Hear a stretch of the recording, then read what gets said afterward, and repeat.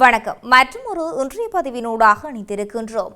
கொழும்பு மாநகர சபையின் 2வது பாதீட்டுக்கு எவ்வித இணக்கப்பாடுகள் அற்ற நிலையிலே எமது வாக்கை அளித்தே என முஸ்லிம் காங்கிரஸ் உறுப்பினர் சுகாரா புகாரி தெரிவித்துள்ளார். கொழும்பு மாநகர சபையின் 2வது வரவு செலவு திட்டத்துக்கு ஆதரவாக வாக்களிப்பதற்காக ஸ்ரீலங்கா முஸ்லிம் காங்கிரஸ் உடனடியாக நடைமுறைக்கு வரும் வகையில் சுகாரா புகாரியை கட்சி உறுப்பினர் பதவியிலிருந்து இடைநிறுத்தியது. இது தொடர்பில் ஊடகங்களுக்கு கருத்து தெரிவிக்கும் போதே இவ்வாறு குறிப்பிட்டுள்ளார். மேலும் தெரிவித்த அவர், முதல் முறையில் சமர்ப்பிக்கப்பட்ட வரவு செலவு திட்டத்துக்கு நான் எதிராகவே வாக்களித்தேன். ஏனென்றால் மாநகர சபை மேயர் தெரிவித்ததன் போது நடத்தப்பட்ட ரகசிய வாக்கெடுப்பில் முறைகேடு நடந்ததாக தெரிவிக்கப்பட்டிருந்தது.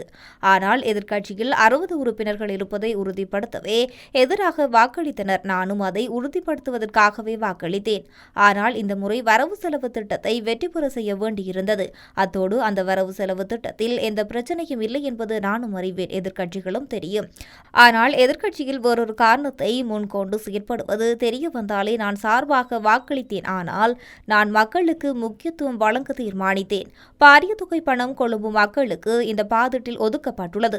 அதை மக்களுக்கு சொல்ல வேண்டும் என நான் நினைத்தேன். எனக்கு யாரும் அழுத்தங்கள், கோரிக்கை எதுவும் விடுக்கவில்லை. எனது சுய விருப்பின் பேரிலே வாக்கை பயன்படுத்தினேன் என்று குறிப்பிட்டுள்ளார். 2026ஆம் ஆண்டுக்கான கடமைகளை ஆரம்பிக்கும் நிகழ்வு இன்றைய தினம் யாழ்ப்பாண மாவட்ட செயலகத்தில் இடம்பெற்றது.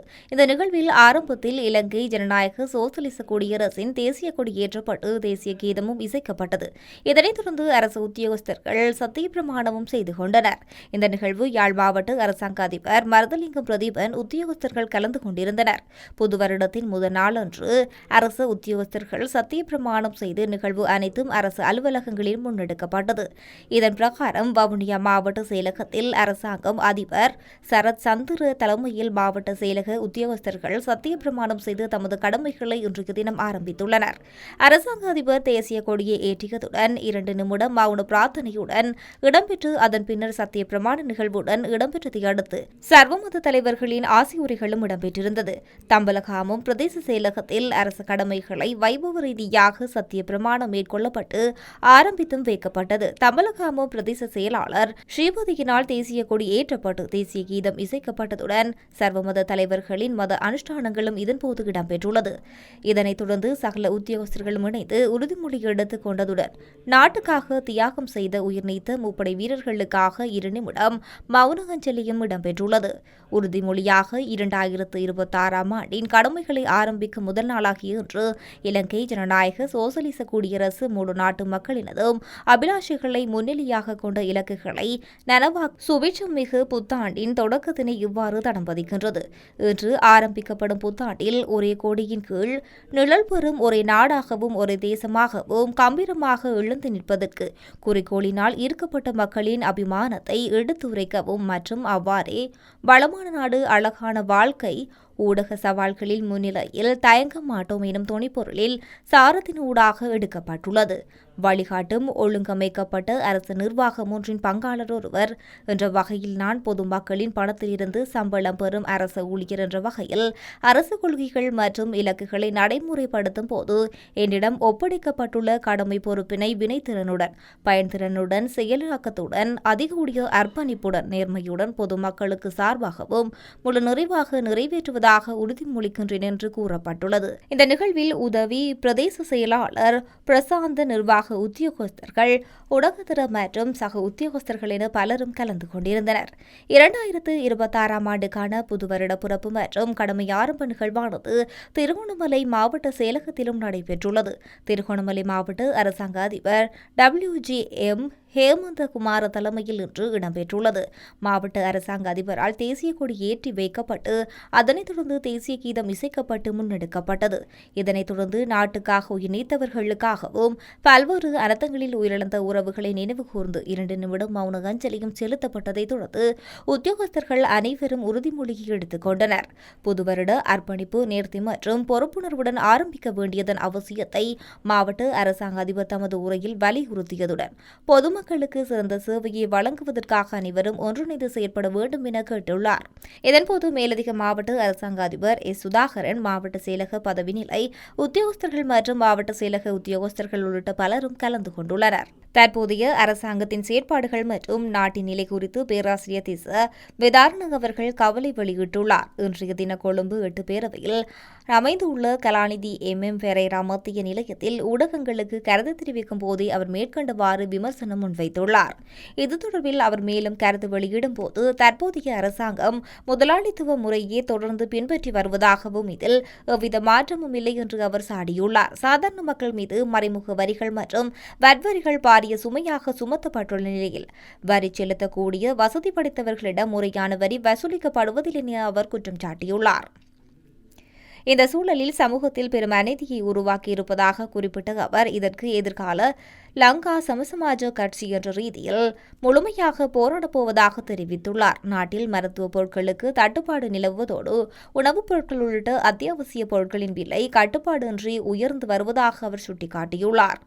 இலங்கையில் 30% அதிகமான மக்கள் வறுமையில் வாடுவதால் அவர்களின் தேவைகளுக்கு அரசாங்கம் விசேட முன்னுரிமை அளிக்க வேண்டும் என அவர் கோரிக்கை விடுத்துள்ளார். இதற்கிடையில் இளைஞர்கள் மத்தியில் மீண்டும் சோசலிச மற்றும் இடதுசாரி கொள்கை மீதான ஆர்வம் அதிகரித்து வருவது ஒரு சிறந்த மாற்றம் என குறிப்பிட்டுள்ளார்.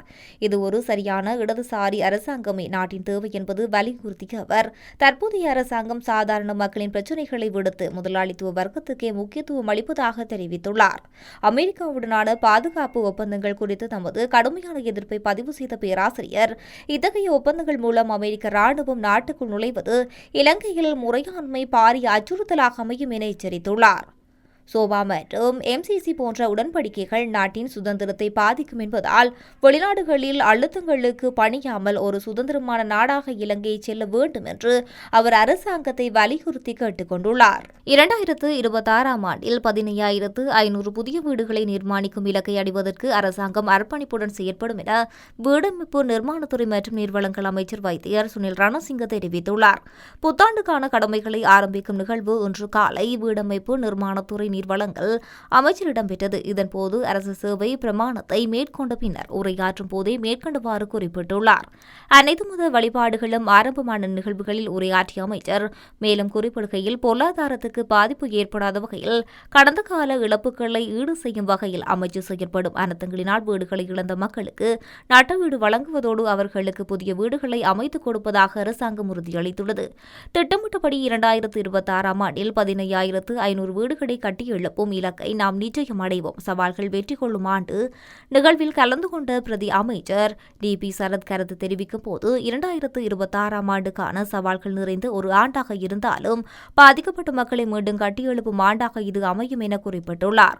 பணக்கார நாடு, அழகான வாழ்க்கை என்ற இலக்கை நோக்கி நாம் நகர வேண்டும். எமக்கு வழங்கப்பட்டுள்ள பொறுப்புகளுக்கு அப்பால் சென்று இயலுமென்றால் செய்வோம், இயலாவிட்டால் எப்படியாவது செய்து முடிப்போம் என்ற கொள்கையுடன் இந்த ஆண்டில் பயணிப்போம் என்று அவர் தெரிவித்துள்ளார். இந்த நிகழ்வில் அமைச்சின் செயலாளர், பொறியியலாளர் குமுதுலால் போகவத்த உள்ளிட்ட அமைச்சர், அதிகாரிகள் மற்றும் பணியாளர்கள் என பலரும் கலந்து கொண்டுள்ளனர்.